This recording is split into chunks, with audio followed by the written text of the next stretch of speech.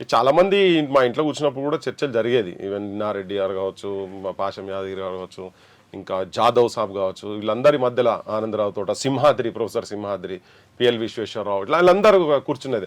వీళ్ళకన్నా ముందు నుంచి కూడా మా ఫాదర్ ఇప్పటి నుంచి ఆ తెలంగాణ 52లోనే గైర్ ముల్కి గో బ్యాక్, నాన్ ముల్కి go back, idli sambar go back movement start చేసింది వీళ్ళు అక్కడ. కలపాలే కలపొద్దన్నప్పుడు జరిగినప్పుడు కూడా సపరేట్గా ఉండాలి తెలంగాణ అని కాళోజీ నారాయణరావు, తర్వాత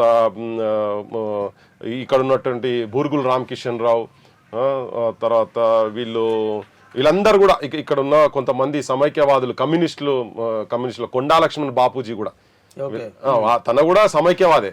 వీళ్ళందరూ సమైక్యవాద. కొండ లక్ష్మణ్ బాపూజీ కూడా అవును కదా, వాళ్ళు సభలు పెట్టి తిరిగిండ్రు. సభలు పెట్టి ఈవెన్ హైదరాబాద్ లో కూడా సభలు పెట్టి చాలా మంది తెలియదు ఇది. అరే ఎందుకు అంత ఒక్కసారి చేంజ్ అయిపోయింది? 69 వచ్చిన తర్వాత మళ్ళీ రక్షణల ఉద్యమం మీద అంతా వచ్చిన తర్వాత అప్పుడు మళ్ళీ కాళోజీ నారాయణరావు, కొండా లక్ష్మణ్ బాపూజీ వీళ్ళు అప్పుడు మళ్ళా అంటే ఎప్పుడైతే స్టూడెంట్స్ స్ట్రీట్స్ మీదకి వచ్చి మళ్ళీ కొట్లాటలు ఇవన్నీ ఉద్యోగస్తులతో ఎప్పుడైతే మొదలైందో అక్కడ నుంచి మళ్ళీ అప్పుడు వీళ్ళు మళ్ళీ సపరేట్ అన్నారు. కానీ అప్పటిదాకా వీళ్ళు సమైక్యవాదులు.